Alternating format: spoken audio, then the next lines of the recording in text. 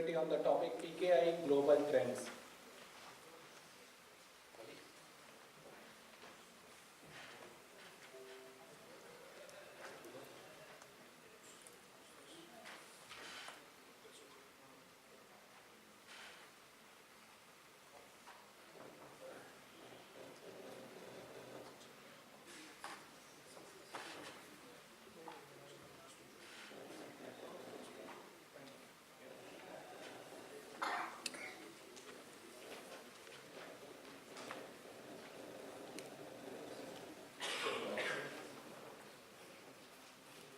Good evening, everyone. I'm Amogh, currently serving as a solutions consultant in Thales Security.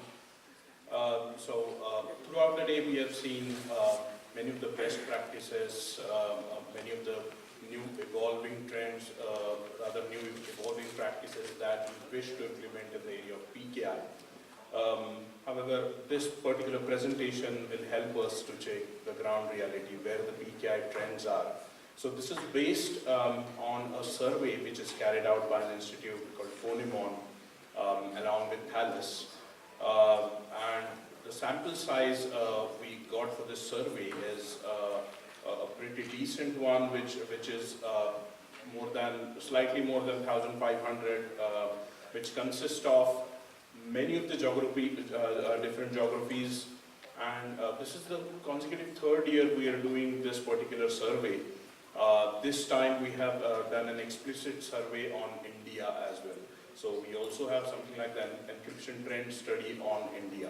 So based on this particular survey, I'm going to present some facts quickly over here. I've just arranged it in 3 points. The ongoing PKI challenges. The second one is how much mature today's PKI have become globally, and the third one is how the things like IoT are, they are influencing the PKI use overall the world. And of course, we'll end it up with few takeaways. So coming to the PKI, there are some things which actually are remaining quite unchanged, like the use of X509 standards or some CA softwares are pretty standard. They haven't changed in quite recent times. However, most of the customers are also thinking of getting it migrated, getting it updated over the key size, over the hashing algorithms, and hence they are also achieving the coverage, in perspective of more applications to be supported using PKI. So overall study shows that even if you start your PKI implementation to support 1 or 2 applications to begin with, now many of the companies on an average are supporting 7 to 8 applications. So the curve you can see is quite a bell-shaped curve. All the mode and median lies around 8 for this particular curve. So on an average, in a company, a PKI is supporting 8 different applications. Moreover, there are a study available on which particular geographies are leveraging the benefits of PKI. In US and Germany, we see around 10 to 12 applications are generally supported using PKI, wherein on the other hand, Russia is the territory where the implementation of PKI is quite low. Basically, the takeaway is going to be the applications that are to be supported using PKI are increasing. So you have to take into account the scalability, in fact, the future scope, and the ability to migrate while you plan your PKI stuff to start with. Just drilling it down to the actual applications in which the PKI is getting used. So the most popular use case for the PKI still remains with SSL certifications for all kind of authentication. But still, some challenges remains, and the remaining challenges includes insufficient skills, because there is no skill set when it comes to the implementation, insufficient resources availability. I think in some presentations in the morning we've also seen how the wrong implementations can affect the overall goals of PKI. But the mixed bag I mean the challenges which are getting mitigated as well as the remain same. So it's kind of mixed bag that you can see. Coming to the maturity of PKI, for securing your PKI, we have done the survey. We have asked a variety of questions to our customers, and they emphasize on using the multi-factor authentication for administrators at the first go while responding to the security of PKI. Of course, the physically secure location, I think we also have got quite a maturity in our region, India, when it comes to physical security of the location. Offline root CAs and isolated networks are also some things which indeed results into the secure PKI. It's the first time that we have seen that the HSM usage for the root key management or for any kind of key management in PKI have taken over the password-based protection of the key. So definitely there is awareness that there is a use of physical FIPS level 3 devices which is increased in the area of PKI. And reading down to the HSM, here is the statistics which shows the significant increase. Well, the offline root CA key protection for HSM remains at the top, but you can also see the OCSP responders or the registration authorities are also protected using HSMs. For those who don't know what HSMs are, they are the Certified Trusted Platform. It is a hardware for key management as well as the crypto processing. This is interesting. Certificate revocation. So clearly there is increase in the use of OCSP as well as the automated CRL.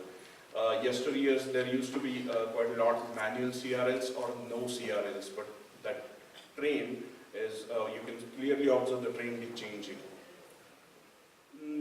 Now this slide shows the PKI deployment in various industrial sectors.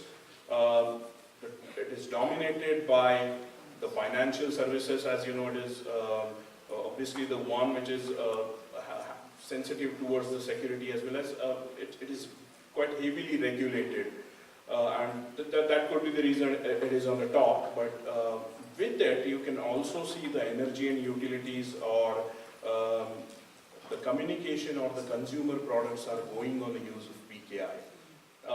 The two colors, what you can see, the blue and the pink color also show. The pink one stands for the externally hosted private CA, where the blue one is their own enterprise CA is what they are using.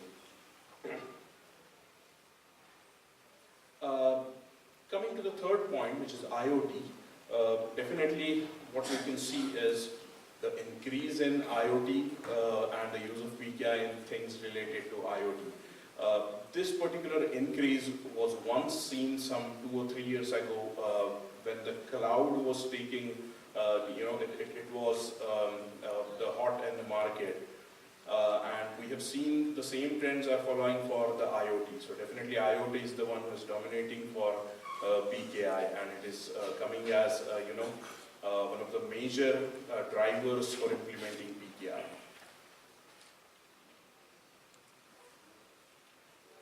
Well, the greatest challenge for the IoT to be implemented is again around who will take the ownership, what kind of technologies.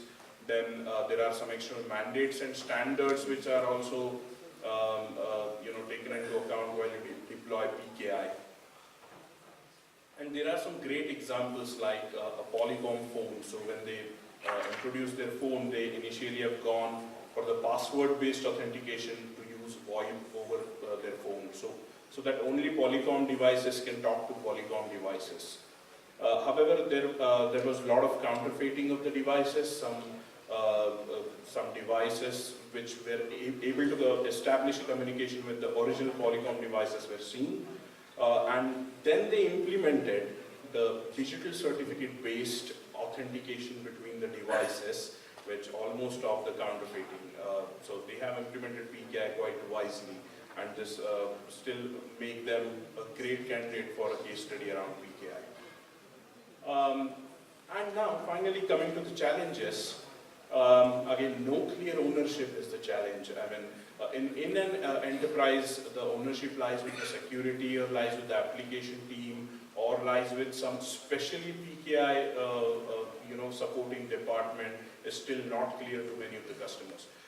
Still, the amount of applications they're using PKI, internally, enterprise can think of, providing PKI as a service, maybe for their own enterprise. So there should be dedicated groups for PKI, which indeed provides the PKI-based services to all the application providers in the same enterprise. Takeaways, the final slide, I guess, which remains the same, that increased adoption and best practices is clearly seen in the trends. 65% of the customers who believe that FIPS level 3 compliance in PKI is what make them secure. 64% of them they do also believe on common criteria, EAL kind of certifications. And you can clearly see a great security measures have been, are taken over yesteryears. So definitely the trends shows a good future for the PKI as of now. So in this survey, when we conducted this survey for India, I think some people sitting in the room might be among the responders of the survey. So I also take an opportunity to thank them for responding the survey. And just before I close this particular discussion, I'd again like to emphasize on the detailed report of this survey is available with Thales, and we will be happy to share it you with PDF, in a PDF format. So if you wish to receive the report on an email, please share your email with me or my colleague Mukidan over here, or just drop your business card. We'll be happy to send you the report by an email. That's it from me. Thank you.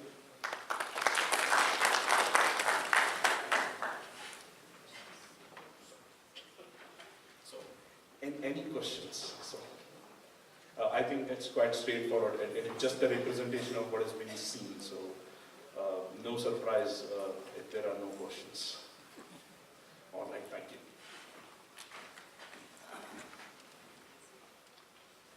Thank you, Mr. Amogh.